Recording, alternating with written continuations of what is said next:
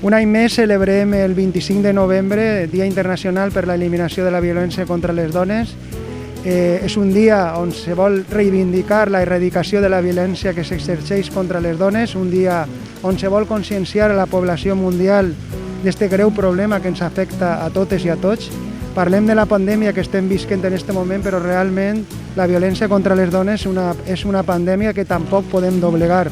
Jo crec que hi ha que ficar el ressò en esta idea, no? També volguera dir que avui he vist unes dades que m'han deixat sorprès, i és que només el 8% de les denúncies que se presenten per les dones arriben als jutjats. Això és un dato alarmant. Al final només que un 8% de les denúncies. Vol dir que alguna cosa no estem fent bé. En definitiva, el que tenim que fer és reivindicar este dia i conscienciar a la població per a que aquesta violència no continuï.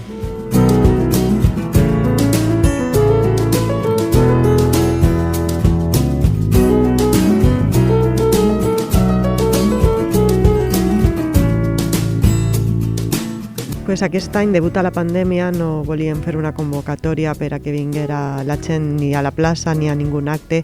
Aleshores hem intentat fer els actes reivindicatius tant en els centres escolars com a imatges o coses.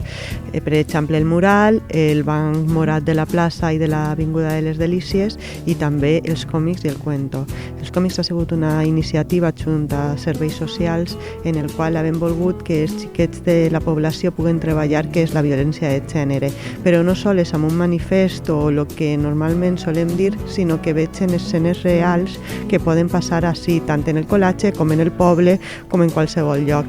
I a més que entenguen cada rango d'edat quina situació de violència estan o de discriminació estan vivint.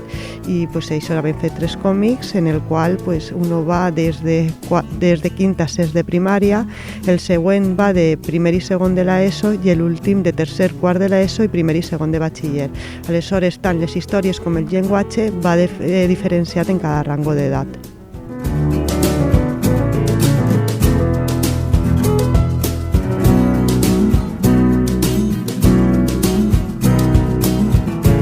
El que volíem representar així és que a l'esport també n'hi ha igualtat, tant competeixen xiquets com xiquetes i hi ha que respectar-se.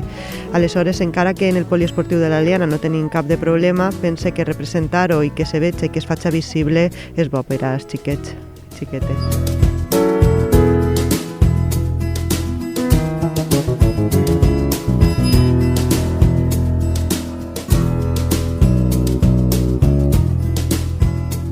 Bueno, aquí lo que hemos querido buscar ha sido un mural en el que se representen tanto todos los deportes o el máximo número de deportes que se realizan aquí en el polideportivo junto con la igualdad de género, esa igualdad que tanto estamos luchando hoy en día.